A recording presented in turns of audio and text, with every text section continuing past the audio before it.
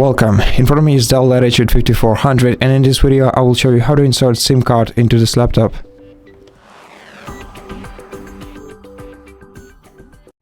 To insert a SIM card into your laptop, you gotta check the right edge of your PC,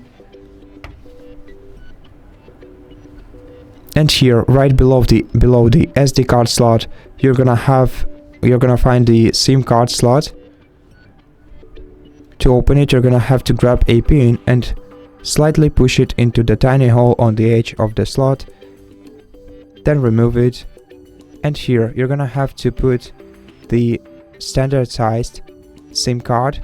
Unfortunately I don't have one with me, but once you do that, just push the slot back inside, and once it clicks, your SIM card will be inserted into the laptop. And that's basically it. Thank you for watching this video. If you liked it, consider subscribing to our channel, leave us a like in the comment below, and I'll see you in the next one.